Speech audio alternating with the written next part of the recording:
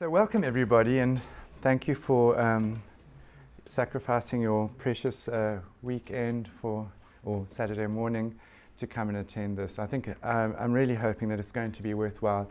Certainly we are very enthusiastic about this and about having such interesting lineup and about being able to really think about, talk about and plan our way forward with our proposals around public health. Before I start, I'd like to thank everyone who's been involved, and the first people that I'd like to thank are Crick Lund, Umesh Bauer and Sue Hawkridge for agreeing to participate in this. I'll tell you a bit later, but everyone's been involved in this 2-day wonderful public health seminar, so I really think it was a bit of a stretch and a bit of a marathon for people to come. So in those conditions, I think I'm especially appreciative. So thank you all for making yourselves available. I'd like to also thank the EXCO and Francois Rabi for their creative and courageous support in setting this up. I'd like to thank Matthew Clayton for his beautiful literature review of the area. Lara, who's busy doing who's the videographer today, and I'll talk a little bit more about that, the logistics of that in a moment. And then the Lung Institute, who I always find so patient and willing to help. Setting up an event like this shares some of the features of the work we are going to be exploring, how bewilderingly difficult the easy stuff is, and how thrilling the experience of knowing what can be achieved with goodwill, shared vision and cooperation. So a little bit about the videoing. This was decided at relatively short notice. And so for that reason, I'm particularly grateful that Lara has made herself available at short notice. What we thought of is that these kind of events really need to be recorded so that we don't have to ask people to repeat their presentations every 5 minutes that we talk about such a thing. And also that the people that are not able to be here today, because we are part of a vibrant community, and there are always multiple events and multiple priorities, and I know that there are a lot of people that couldn't be here today. And the third part is that we're a national confederation, and we very often feel depriving in the sense that the people in outlying areas are unable to easily attend such events. So with this videoing, we are able to make it a little bit more available to those people that can't be here logistically or geographically. It also enables negotiation and of partnerships with people that might be wanting to support this project, depending where we go, that are actually not even in this country. So to see what we're talking about and how we're going is something that can be used. So I would like to start by also thanking Crick and Umesh and their team for the wonderful 2-day psychotherapy symposium exploring what works in South Africa, evidence-based psychological therapies for resource-limited settings. The jam-packed program offered fascinating insights into the projects that are being undertaken regionally and internationally, and in their analysis, what the predominant themes and current considerations were in the public arena. And you can quickly pick up what's the most trendy jargon that's being used, as you know how it happens at a conference. Task shifting and task sharing and task dumping seems to be the order of the day. And there's also something about quality and, well, what was it? Anyway, I can't remember that one. There's a sort of interesting semantic debate about some other things. The symposium adjoined this event, and but as you can imagine, the setting up of this slot, as I've mentioned, required much juggling as we tried to cater for all of our membership's commitments and priorities. And we changed the time a few times because of the clashes with other SAPC events. So at first glance, the choice of this weekend seemed to be about desperation rather than design. Suddenly aware of the neatness of it all, We were amazed at the synchronicity of it. I am a Jungian analyst after all. I'm allowed to think and say these things. Anyway, I invite you to keep your eyes open, ears peeled, to look forward to, with me, to the next public health symposium, which is planned for next year.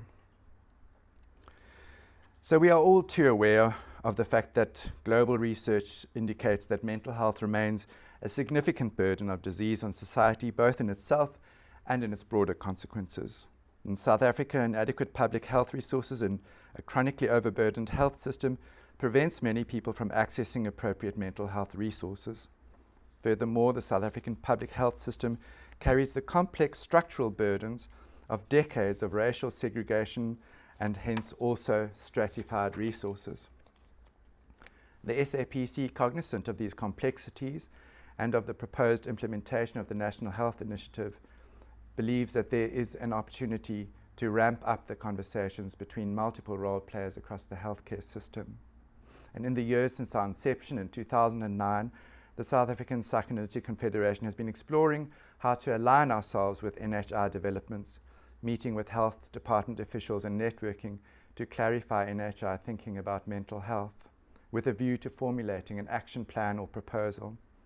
Our membership consists of 50 groups nationwide, consisting of about 500 diverse practitioners, that's to say also social workers, art therapists, psychologists, analysts, registered and lay counsellors, who practice in ways ranging from traditional to non-traditional. Some of these even include techniques like art therapy, boxing, as well as group work, couple work, digital work, and conventional face-to-face sessions and couches. Many of these practitioners are themselves involved with NGOs and other institutions on a volunteer or reduced fee basis. The diversity of this work and partnership memberships alliance was showcased in a successful conference entitled Couch and Country, Psychoanalytic Work in South Africa Today, which many of you were at. In fact, many of you presented at that conference. Since then, we have been exploring the ways of best integrating the skills of our diverse membership. Following on from the conference, this colloquium is the first of a proposed series of interdisciplinary and intergroup dialogues around relevant issues, inviting into conversation many role players that make up and inform the mental health system serving this country. It is hoped that such a dialogue would eventually encourage cooperation on a broader level, in a more comprehensive and systemic understanding of the variables that contribute to mental health, including the role of community support and income generation as vital ingredients in the securing of resilience. The SAPC is in a unique position in terms of its numbers and diversity, representing, in fact, a microcosm of the mental health arena, and potentially allowing us to proceed without having to wait for the NHI. Our unique membership and affiliations offer us the opportunity to pilot new and augment existing collaborative approaches with the goal of broadening the reach and match of interventions in addressing the mental health needs of the South African population as a whole. The reinforcing and broadening of this cooperation beyond membership and a circus of connection to tertiary institutions, hospitals and NGOs, as well as to intercultural treatment dialogues and traditional approaches to treatment, may offer the possibility of our being able to cooperate with a more comprehensive, systemic and adaptive understanding of how to address the many variables that contribute to mental health. Such cooperation with practitioners and with clients may also strengthen the efficacy. Efficacy was the word that had multiple variables, efficacy. Strengthen the efficacy of our existing efforts at advocacy and lobbying for structural changes that promote broad mental health. An integrated interdisciplinary model would suit this confederation well. But how does psychoanalysis fit into all of this? Surely, if we are talking about cost effectiveness and measurability, CBT would be a faster means to this end. You may be thinking that psychoanalysis and public health may be poor bedfellows, especially when it comes to costing. In 1946, Jung characterized transference as the alchemical process of conjunctio, comparing it to a chemical reaction in which two substances react to each other, both of them being changed in the process. He saw the therapeutic process as an exchange between the conscious and unconscious aspects of both involved parties.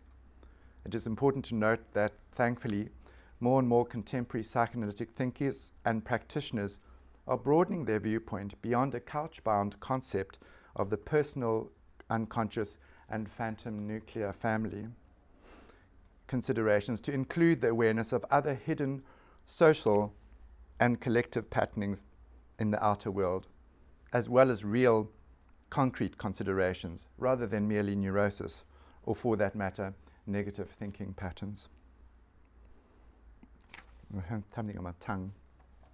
In this way, the paradigm is transformed, and our work and 100 years of experience of working with the unconscious, the hallmark of psychoanalysis of any kind, can be brought to bear on public health issues, responding to the South African context while aligning itself comfortably with the human rights framework underpinning much of the legal and policy framework regulating healthcare in South Africa. This, of course, is work in progress. The day will begin with an outline of the field and models by two panels, Crick Lund and Umesh Bawa, who will be introduced by Francois Rabi in a moment. And the following session will explore what diversity and experience and thoughts are in the audience. This is based on the understanding that we start from where we are. And I made an effort to invite as many people as possible and as diverse a range as possible. And I'm sure that as we go along, we will gather more diversity. And then that discussion will lead into a third session where we begin to explore possible approaches of the way forward. So that's the plan for the day, and a little bit of outline about what the Confederation is, if you didn't know, and what our plans and thinkings are, and our hopes and the objectives of this meeting. And so I welcome you all. Thanks again for coming, and I'd like to hand over to the rest of the team. Thanks very much.